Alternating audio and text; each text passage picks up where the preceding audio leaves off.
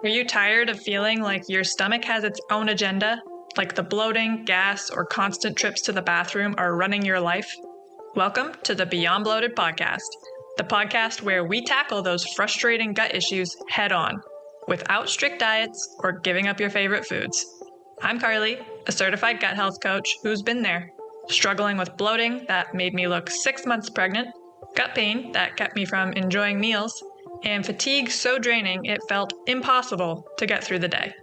Now, I help women like you find freedom from those symptoms and take back control of their lives. Each week, we'll debunk gut health myths, dive into simple, actionable tips, and hear stories from women who've been exactly where you are. It's time to feel confident, energized, and bloat-free. Let's get started. Hello, everyone. Welcome back to the Beyond Bloated podcast, or welcome for the very first time. I am recording this episode the first week of February, and I just had two back-to-back whirlwind of a weekend. I first attended the Victoria Health Show, January 24th, 25th. I was an exhibitor there with a booth. I even did my own stage presentation, which is what led me to record this podcast episode. So I'll get into the deets of that in a minute. But then the following weekend, I headed to Vancouver, which I live in Victoria, BC. So to get to Vancouver, I need to drive my car onto a ferry my ass over there, which takes about an hour and a half, and then drive to downtown Vancouver, which if you've ever driven in a downtown before, it's not the most chill, fun thing to do. So that took about another hour or so, and then spent the weekend there with my lovely sister-in-law who came with me to help out. Met a ton of really awesome women who I'm hoping some of you are here listening today. So shout out to you. Thank you for coming to either the health show or the wellness show, for stopping by and chatting with me, entering my giveaway, listening to my podcast. It was truly a pleasure to meet you. I was talking to one of the women that I met at the wellness show, and I was telling her about the Beyond Bloated podcast. And she said, yeah, of course you have a podcast. You have a podcast voice. And I thought that was hilarious. I have never heard that before. I've never thought that myself, but it's definitely a compliment. So shout out to you if you are listening. I have told so many people about that. I said, wow, do you guys know that I have a podcast voice?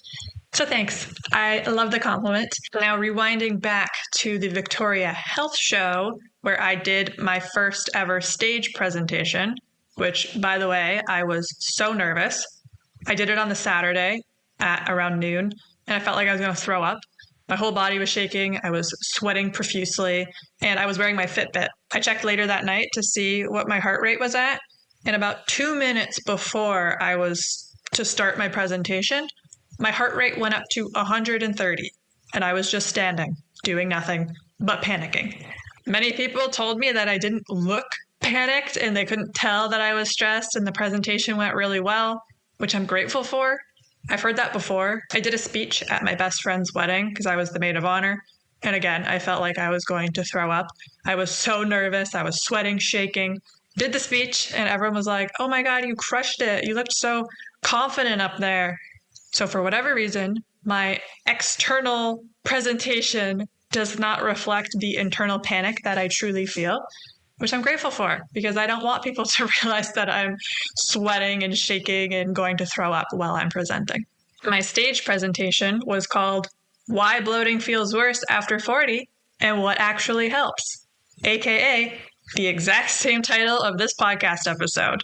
I decided to make this into a podcast episode because the presentation was very well received. There was about 30 to 40 people in the audience, which may not seem like a whole lot, or maybe it does. To me, it felt like a lot.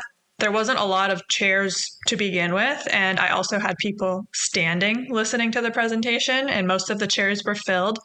So I felt good about it. I felt like this is a topic people want to hear. This is useful information. And obviously, I cannot present to all of you because you don't all live in Victoria. So I'm taking it to this podcast episode to help anyone who would have liked to be there at the presentation, but was not able to because you don't live where I do. If you were at the presentation, Thanks for tuning in. It doesn't hurt to hear repeat information, helps it sink in, helps you implement.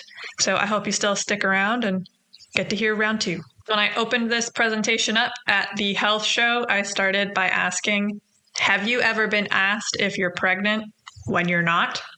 I feel like that sums up bloating in a nutshell. As someone who has always been quite thin and was massively bloated for over 5 years, I get that. I used to wear very stretchy pants every single day and wear baggy t-shirts and sweaters to hide my bloated belly so that I was not asked those questions. And if you can relate to that, you are in the right place and I'm going to help you out. If you are at all familiar with my own story, you know that bloating was just a small piece of the picture. Yes, I looked 6 months pregnant every single day, which was traumatizing for many reasons. But I also had a million food sensitivities, stomach pain, diarrhea, and constipation. I was getting infections like UTIs and throat infections all the time. I was exhausted 24/7. I had canker sores in my mouth constantly. The list goes on.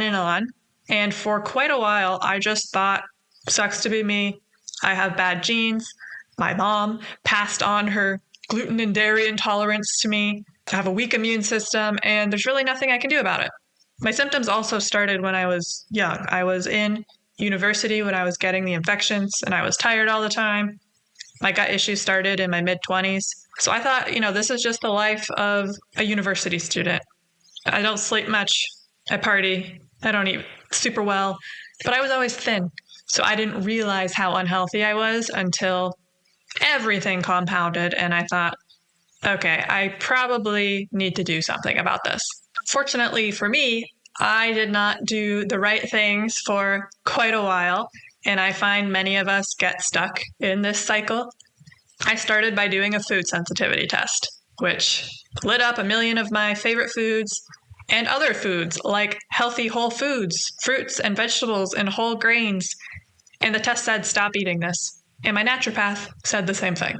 Stop eating all of these foods. They are harming you. So I did. I cut out those foods. And when that didn't work and I still felt bloated every single day, I cut out more foods. And I just kept eliminating foods from my diet. And eventually I started to lose an unhealthy amount of weight unintentionally. I have never been overweight. I have never tried to intentionally lose weight. I looked very sickly thin. It was not a cute look for me. And I really struggled to put that weight back on because I had limited so many nutritious foods from my diet that even though I was eating a lot of calories in a day, my gut was not able to break that food down and absorb those nutrients. And I was even limiting the nutrients in my diet because I had cut out high FODMAP foods and certain grains and fruits and vegetables, which are nutritious, and we actually need to eat those. Ultimately, all of this led to a fear of food. Didn't realize it at the time, but looking back, yes, that is exactly what was happening. I was very afraid to eat something that was not on my safe list. So going to my friend's house or going out to eat or eating literally anywhere that was not my own kitchen where I knew exactly what was in the food was not chill. I did not want to do that. And I would bring my own food with me to make sure that I did not have to eat something that I didn't put together. On top of all the restrictive diets that I was implementing, I was also spending thousands of dollars on supplements and different specialists and protocols and tests, and it was exhausting. I would just do one test and then another. I would try this supplement and it didn't work. So then I'd buy this supplement and then that didn't work. And I still to this day have a supplement graveyard because for whatever reason, I can't bring myself to throw out the supplements that I spent so much money on. Even though I know that they did not work, they will not work, and I will not take them again, I still have them in my cupboard. After doing this for over 5 years, different restrictive diets, different practitioners, tests, supplement protocols, one day I finally woke up and I realized if this was the answer, if restricting my diet and taking all these specialty supplements was going to help me, it would have worked by now because I have done this perfectly for years. I have tried them all and I am still bloated every single day. So that was kind of my epiphany moment where I was like, it's time to do things differently. Let's start today. After taking the time to understand how digestion actually works and operates, I was able to implement different nutritional and lifestyle changes to get my digestion basically back online and working as it should, so that I now eat the most amount of foods that I ever have. I do not have food sensitivities anymore. My diet is hardly limited. I eat mostly whole, nutritious foods because I like it. It makes me feel good. I don't want to go back to eating in the way that I did when I was 20 years old, but I put real cheese on my pizza the other weekend. And I had a taco that had gluten in it and nothing happened. So you absolutely can strengthen your digestive system so that it works properly. And I will get to that. But first, I want to talk about why bloating often gets worse after 40 specifically. And then I'll get to what we can do about it. But I also want you to keep in mind, my gut issues started in my mid-20s. So 40 isn't the magic number, but there are certain things that happen after the age of 40 or have compounded. And 40 kind of seems to be that breaking point where your symptoms may seem worse or they might start popping up out of seemingly nowhere. First and foremost, we have stress. Stress truly is the number one trigger of digestion not working properly. And stress truly impacts digestion more than food ever will. When we are in a chronic state of fight or flight, we produce less stomach acid, fewer digestive enzymes, motility slows down, which means food moves through the digestive tract slower. So it's sitting for longer, it's causing fermentation, which leads to gas and ultimately bloating. If we think about when we're being chased by a bear or a cougar, your body is not going to prioritize digesting a sandwich. It's going to prioritize saving your life. Blood gets diverted away from the gut into our extremities so we can run, we can fight, we can survive.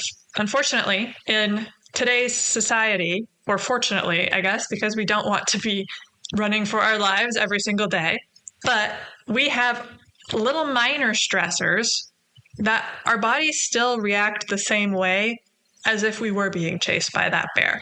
Stressful emails, deadlines, constant stimulation from our phones, the TV, work, whatever it may be, these things are stressful and they put our body into the same fight or flight response that does not prioritize digestion. When we think about life after 40, a lot of us at that time are caregivers, either for children or aging parents. We have very full schedules, rushing around, trying to do everything for everyone on top of working full time. And this also tends to be the time of life when you may experience grief, divorce, illness, career changes, which all are very stressful. Ultimately, this leads to you having less time for you, which means less time and energy for digestion. I have worked with a lot of women over the age of 40, and when I ask them to think back to when their gut issues started, they can often connect it to some sort of traumatizing event, like the divorce or the illness, the grief, the career change.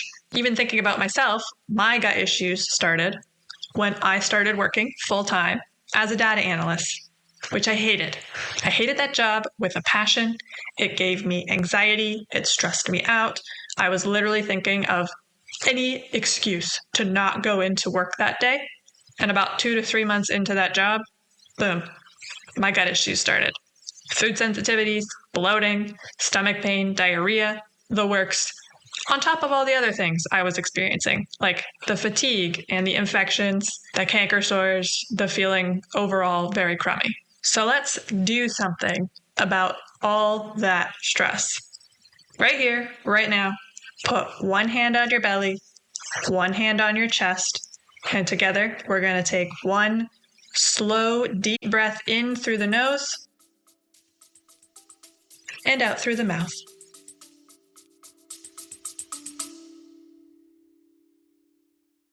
Okay, pause for a second. Have you taken my bloat personality quiz yet?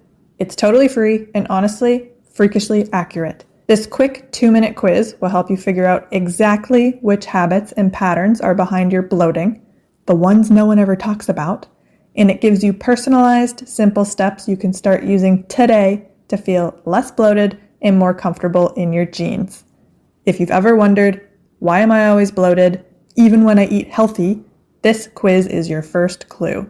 Head to beyondbloated.com/bloat-personality-quiz, or the link is in the show notes. Take the quiz and then send me your result. I love seeing which bloat personality everyone gets. Now, let's get back to the show. That alone helps digestion more than any supplement I have ever taken. Next up, we have how we eat and how that matters more than what we are eating.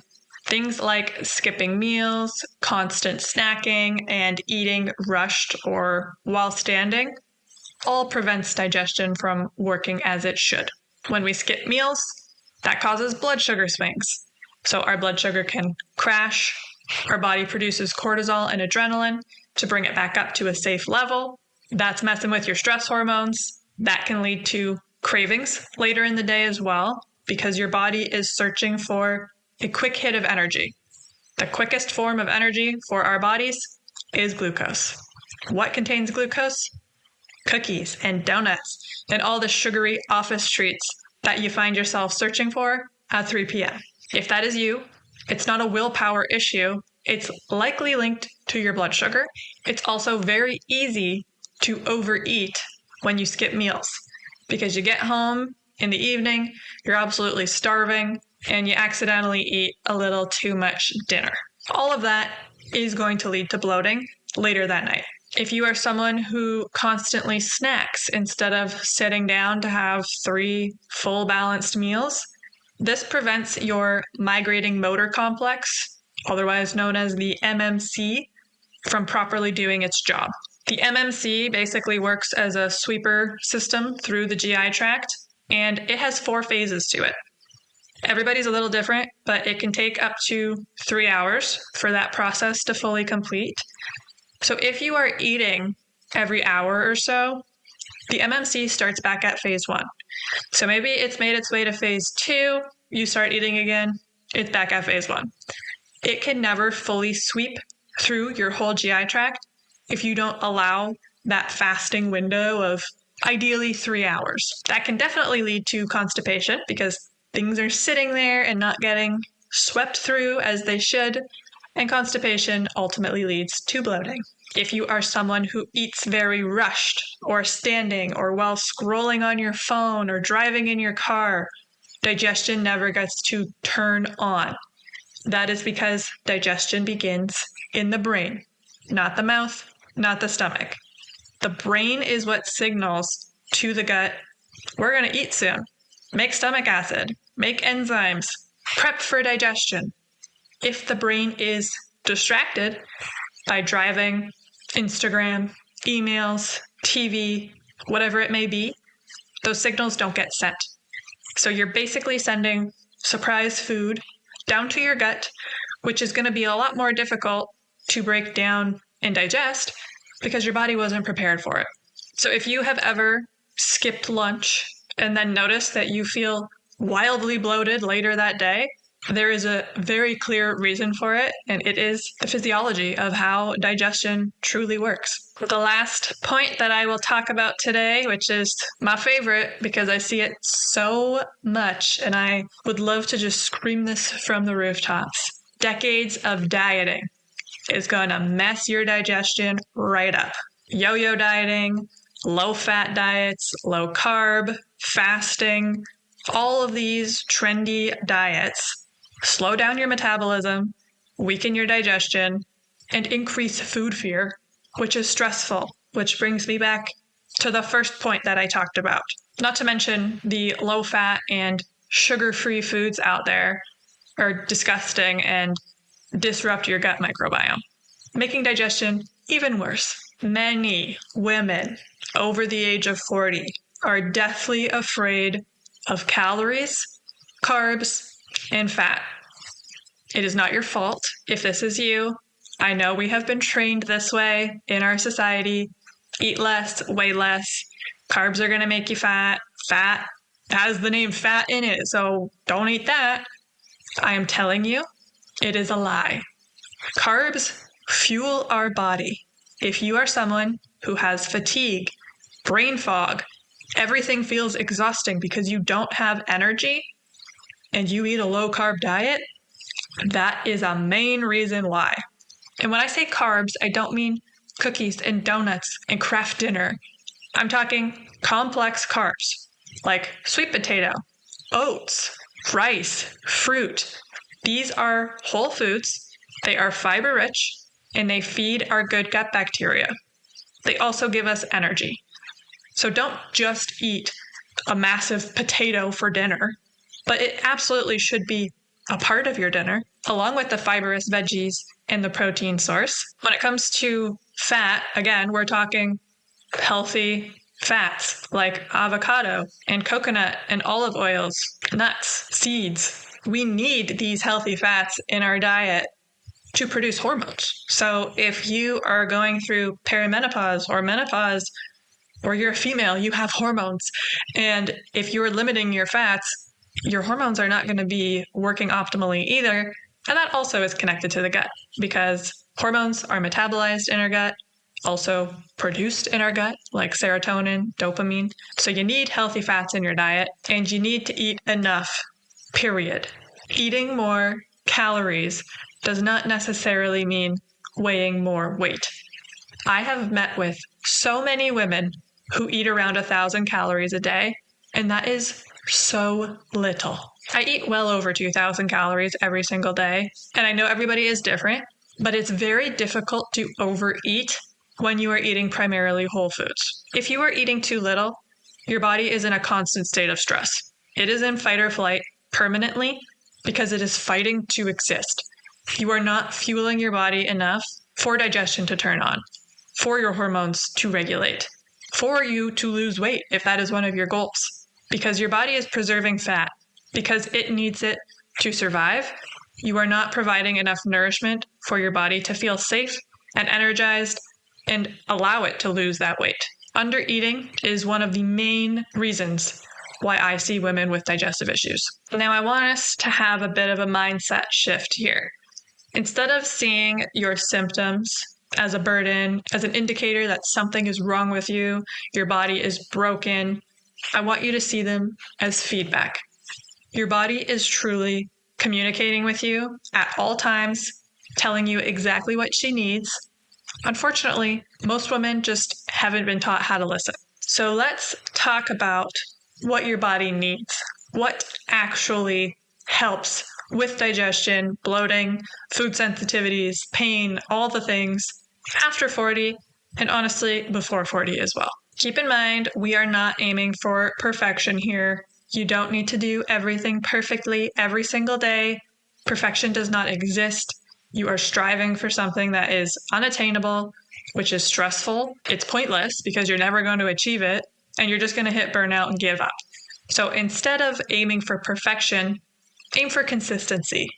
Choose one, maximum two things that I'm going to talk about today to start to implement. You don't need to implement it perfectly, but once you feel like this has become a habit, I don't have to think about this so much, it's relatively easy to keep doing, then add something else. Do not pile your plate massively high so you cannot keep up.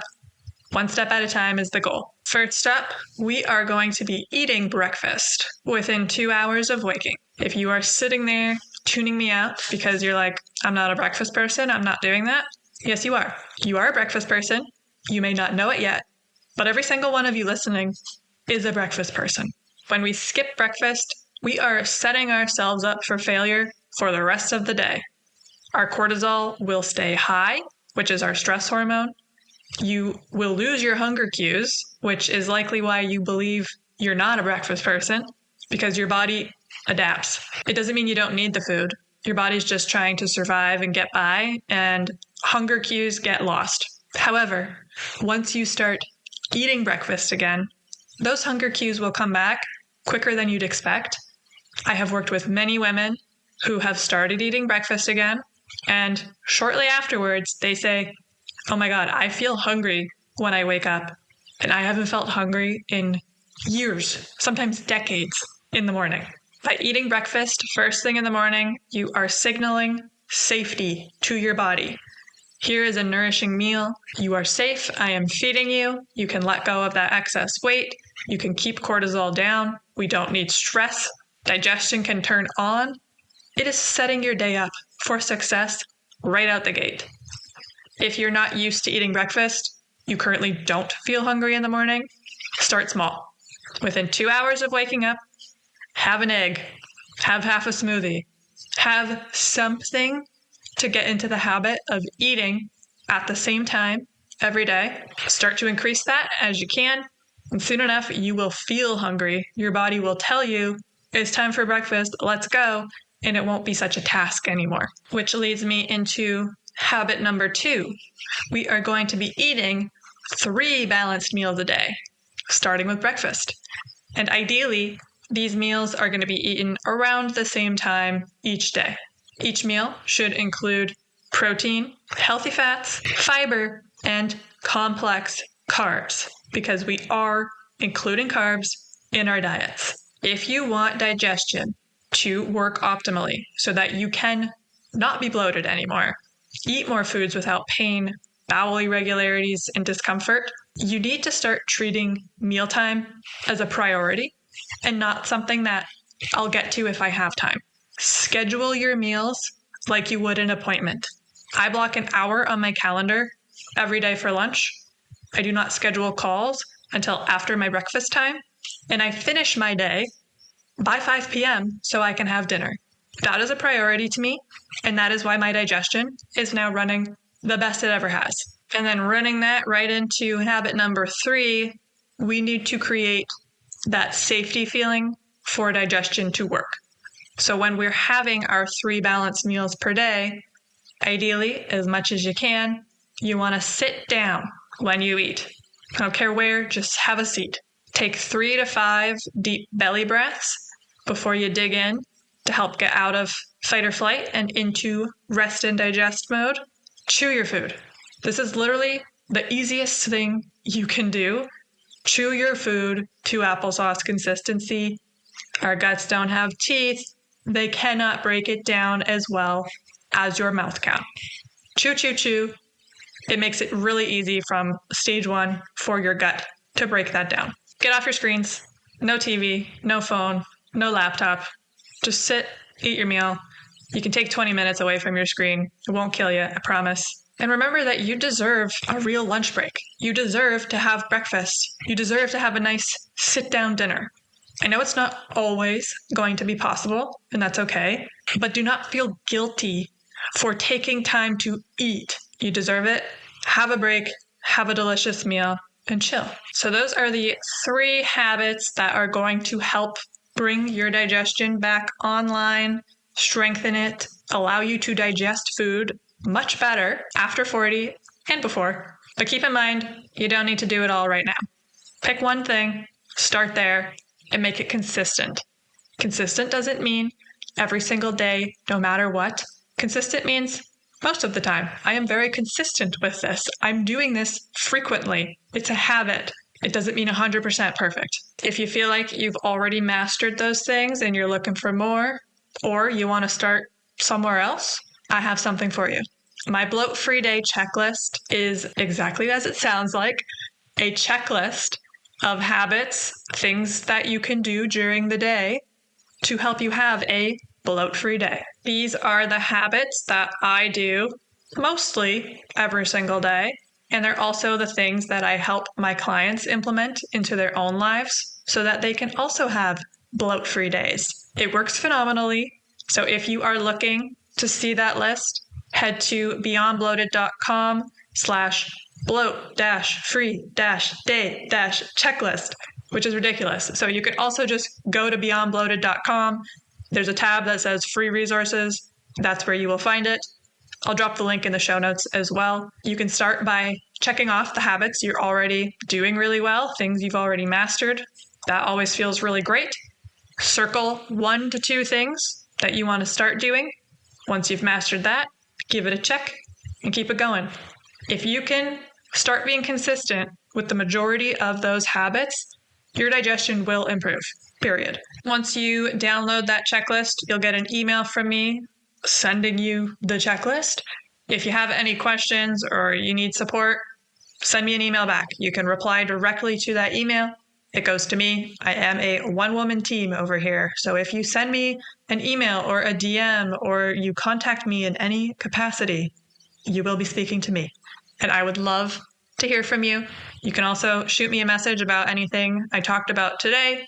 If you're looking for additional support, whatever it may be, I'm here for you. The main takeaway I'd like you to grab from this episode is that your body is not failing you. It is asking you for some more support. And now you know how to start giving it. I'll talk to you next week. Did you learn something new and useful today? If the answer is a big, resounding hell yeah, do me a favor. Subscribe to this podcast. Even better, toss a rating in there too. It helps more bloated babes discover this show and lets me keep bringing you this free, gut-loving content every single week. And hey, don't be greedy. Share this episode with your bestie who's always unbuttoning her pants after dinner.